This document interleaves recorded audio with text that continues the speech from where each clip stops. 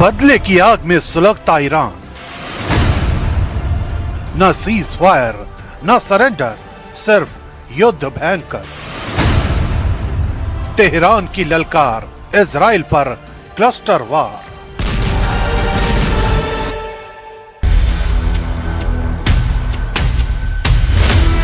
महायुद्ध में ईरान अब पूरी तरह से आक्रामक मोड में है।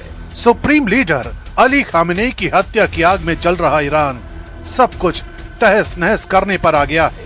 ईरान पर न अमेरिकी राष्ट्रपति की चेतावनी का असर होता दिख रहा है, न ही उसे इजरायली अटैक की कोई परवाह है।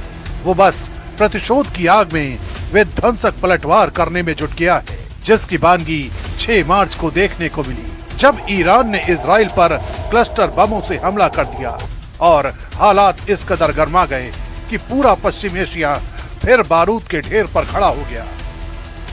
इस बीच ईरान के टॉप सुरक्षा अधिकारी अली लारिजानी ने अमेरिका और इजराइल दोनों को खुली ललकार लगाई है। लारिजानी ने सोशल मीडिया हैंडल एक्स पर एक वीडियो शेयर किया, जिसमें एक फाइटर जेट को इंटरसेप्ट होते दिखाया गया और कैप्शन में उनकी चेतावनी,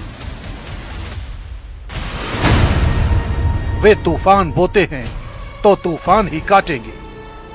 अली लारिजानी का यह बयान ऐसे वक्त में सामने आया है जब अमेरिकी राष्ट्रपति डोनाल्ड ट्रंप लगातार ईरान पर हथियार डालने का दबाव बना रहे हैं।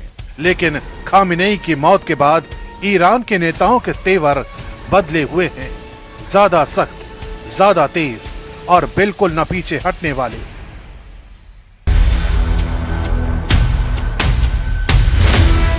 अट्ठाईस फरवरी को ईरान पर अमेरिकी इजराइल एयर स्ट्राइक के बाद से अली लारिजानी का नाम बेहद चर्चा में है।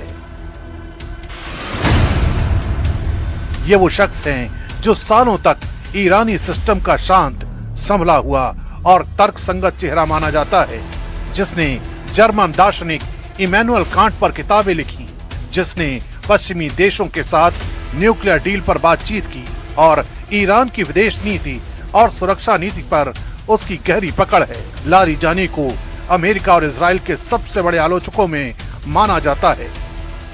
अली लारिजानी के बाद आग में घी डालते हुए ईरान के डिप्टी फॉरेन मिनिस्टर सईद खतीबजादे ने भी ट्रंप पर तीखा पलटवार किया है। उन्होंने कहा कि ट्रंप ईरान के नेतृत्व बदलाव की बात करते हैं, जबकि वो न्यूयॉर्क का मेयर तक नियुक्त नहीं कर सकते।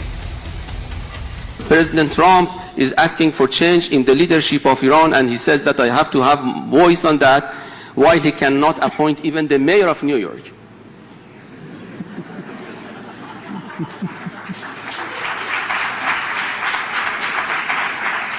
Can you imagine this colonial approach, that he would like to see democracy at home, but he would like to topple down a democratically elected president of Iran and assassinating other countries.